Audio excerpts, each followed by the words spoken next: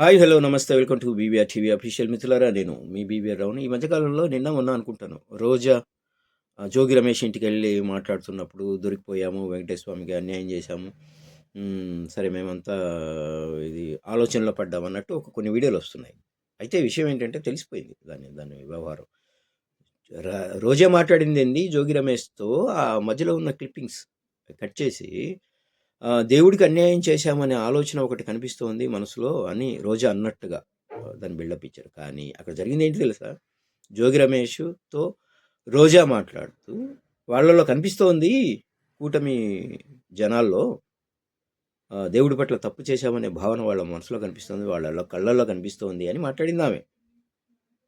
అది కూటమి వాళ్ళకి అనేది కట్ చేసి దేవుడికి అన్యాయం చేశామని తెలిసిపోతోంది అని వీళ్ళే అనుకున్నట్టుగా కల్పించి ఆ వీడియోని కట్ చేసి పెట్టారు. సో అది ఇప్పుడు బయటపడింది మొత్తం వీడియో. చూశారు జనాలందరూ ఎంతకు దిగజారుతున్నారో, ఏం చేస్తున్నారో అర్థమైపోతుంది.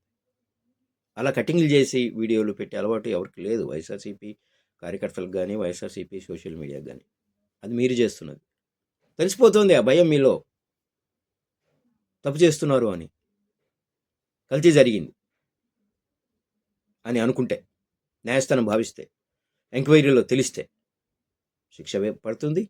ఎవరు అనుభవించాలో వాళ్ళు అనుభవిస్తారు.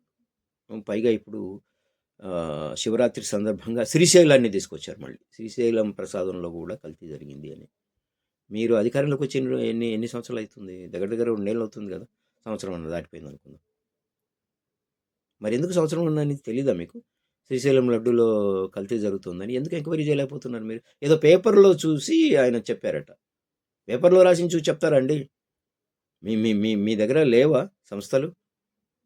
నిఘా సంస్థలు లేవా? విచారణ సంస్థలు లేవా? ఎంక్వైరీ చేయించలేరా?